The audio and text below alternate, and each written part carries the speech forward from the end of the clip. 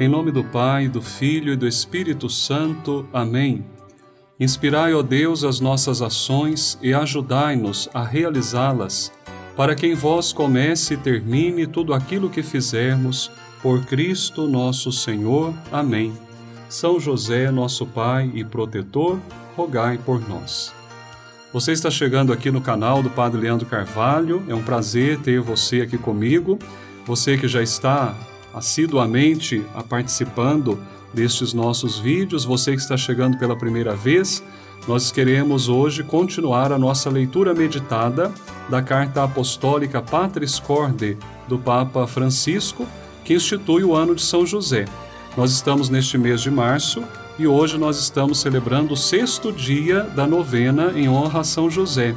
Até o dia 19 de março nós iremos fazendo a novena e até o final desse mês nós iremos meditar esta carta apostólica. Seja bem-vindo a este canal, quero convidá-lo a se inscrever para que quando nós tivermos uma quantia X de pessoas inscritas, nós possamos também fazer algumas lives e conversarmos ao vivo sobre alguns temas importantes da nossa fé, da nossa religião, de teologia, de espiritualidade, para que nós possamos também ter essa oportunidade de encontro. Então inscreva-se, por favor, nesse canal, compartilhe com outras pessoas, para que também mais pessoas possam ter contato com esse conteúdo, que é muito simples, mas acredito que possa colaborar com a nossa espiritualidade. Nós começamos a conversar ontem sobre o predicado da ternura. Em sete pontos, o Papa Francisco apresenta alguns predicados de São José. E nós vamos continuar hoje falando sobre o predicado da ternura, que São José foi um pai na ternura. O Papa continua dizendo: a história da salvação se realiza na esperança contra toda a esperança. Lembrando aqui a carta aos Romanos, capítulo 4, versículo 18. Mediante nossas fraquezas. A história da salvação se realiza na esperança contra toda esperança, mediante nossas fraquezas. Muitas vezes, diz o Papa, pensamos que Deus confia apenas em nossa parte boa e vitoriosa, enquanto, na verdade, a maior parte de seus desígnios se realiza mediante e não obstante nossa fraqueza. É isso que faz São Paulo dizer: para que não seja soberbo, foi dado à minha carne um espinho, um enviado de Satanás para penetrar-me, para que não me ensoberbeça. Por causa disso, orei 3 vezes ao Senhor para que o afastasse de mim. E ele me disse: basta-te minha graça. A força se manifesta plenamente na fraqueza. O Papa cita aqui São Paulo na segunda carta aos Coríntios, capítulo 12, versículos 7 a 9. Se essa é a perspectiva da economia da salvação, devemos aprender a acolher nossa fraqueza com profunda ternura. As palavras do Papa são muito profundas e eu acredito que toque muito intensamente todo o nosso coração e nosso ser. O Papa nos diz que a história da salvação se realiza mediante nossas fraquezas. De fato, se nós formos olhar a genealogia de Jesus, nós vamos perceber ali pessoas maravilhosas e importantes na história da salvação do povo de Israel. Mas nós vamos perceber também que existem pessoas problemáticas e pecadoras públicas. E dessa genealogia, dessa família, Deus quis nascer. Deus, ele realiza a sua salvação mediante pessoas fracas. E aí o Papa diz: muitas vezes pensamos que Deus confia apenas em nossa parte boa e vitoriosa, enquanto na verdade a maior parte de seus desígnios se realiza mediante nossa fraqueza, e não obstante, mas mediante nossa fraqueza. Meus amigos, minhas amigas, estava vendo, né? Quando nós lemos a vida dos santos, normalmente os santos desenvolvem um caminho de santidade quando se encontram diretamente com a sua fraqueza. Estava lendo o livro de uma pessoa que eu conheci, que teve um envolvimento muito profundo com o padre Jonas Abib, e ele era jovem, lá em Lorena, conheceu o padre Jonas, que foi para Lorena porque estava precisando cuidar da saúde. Imagina que interessante, a obra toda que Padre Jonas tem hoje no Brasil e fora do Brasil, com a Canção Nova. Ele iniciou agremiando jovens que ficaram fascinados por aquele modo simples e bonito e carismático de ser, no momento em que ele foi para Lorena para cuidar da sua saúde. É o que São Paulo fala do espinho na carne. Agora, o que acontece? Muitas vezes nós somos orgulhosos e queremos ser perfeitos diante de Deus e diante dos homens. E aí não aceitamos nossas imperfeições, nossas fragilidades, a nossa fraqueza. E com isso nós impedimos Deus de agir. É claro que aqui nós temos que fazer uma reflexão muito profunda.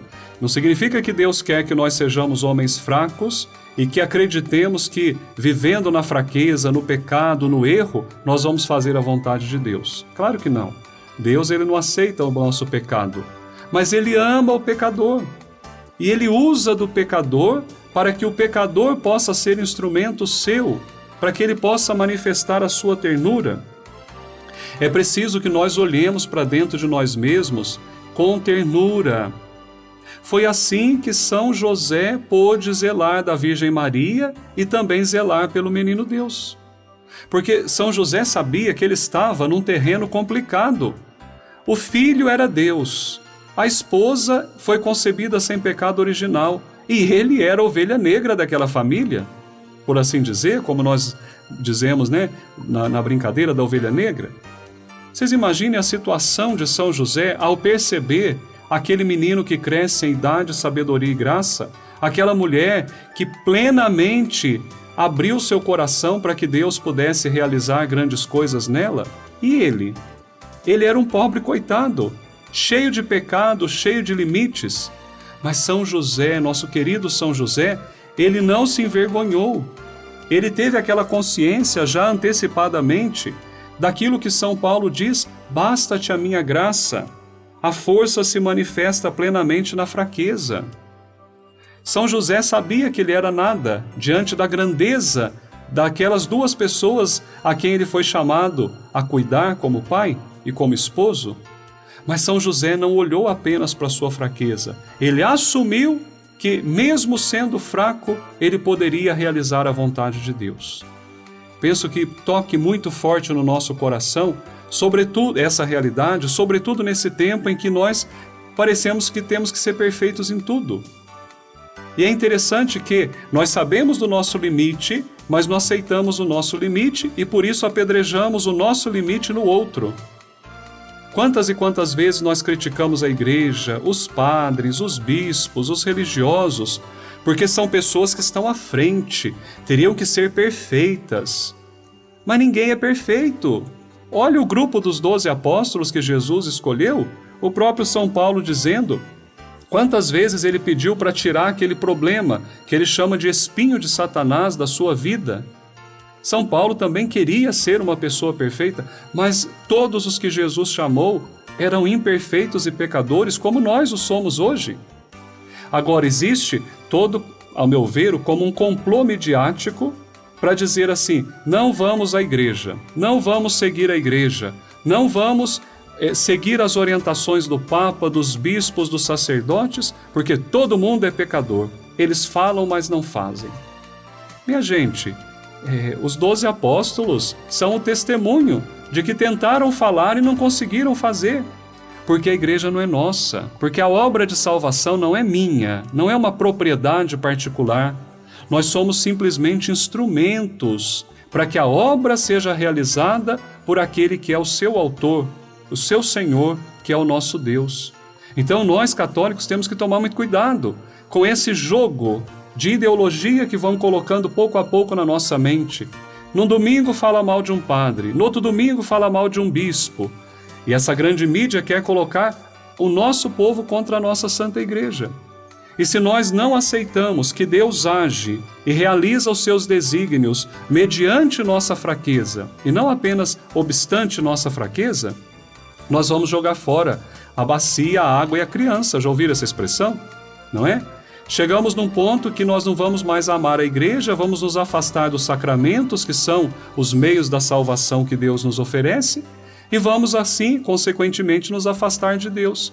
E se eu me colocar como juiz, que acho que sou perfeito, quando eu me encontrar com a minha fragilidade e não tiver o amparo da fé, vivida em comunidade eclesial, vivida na igreja, eu não vou ter condições de me sustentar.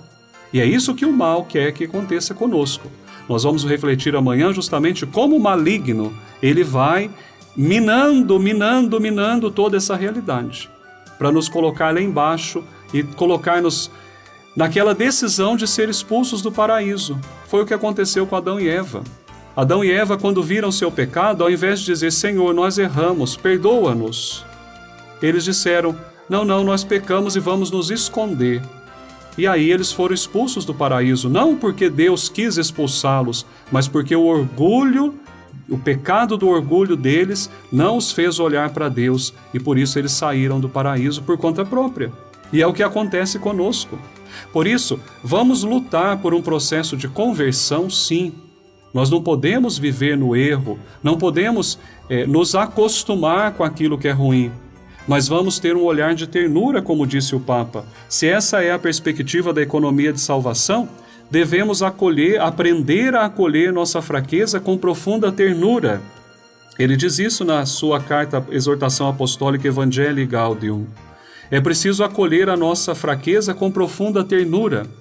Quem olha para dentro de si, reconhece sua fraqueza, seus pecados, e acolhe com ternura, entrega nas mãos de Deus para que Deus faça o resto, procura primeiro o reino de Deus e sua justiça, e o resto Deus realiza, essa pessoa é capaz também de se tornar terna com os outros.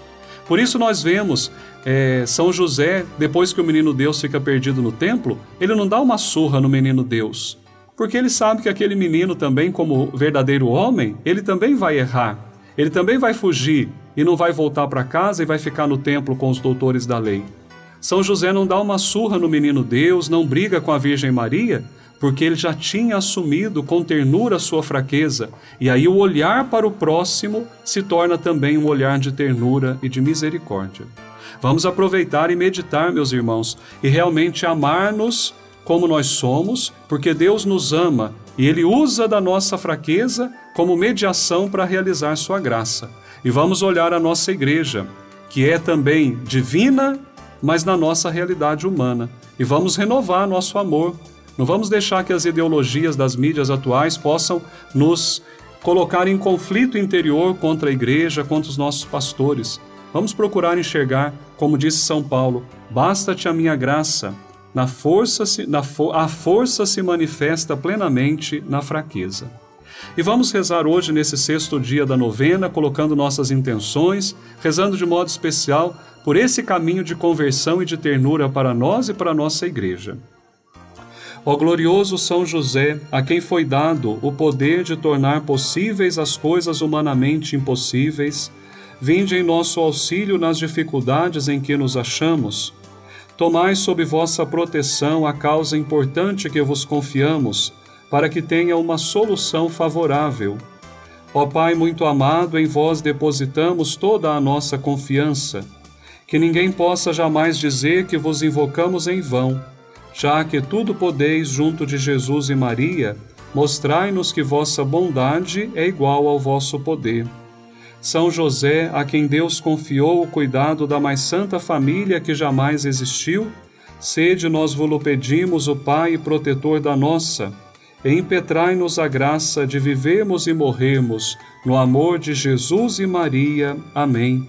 São José, nosso Pai e protetor, rogai por nós. E que desça sobre você a bênção de Deus Todo-Poderoso, Pai e Filho e Espírito Santo. Amém. Fique na paz e na bênção e na ternura do nosso Deus e até amanhã, se Deus quiser.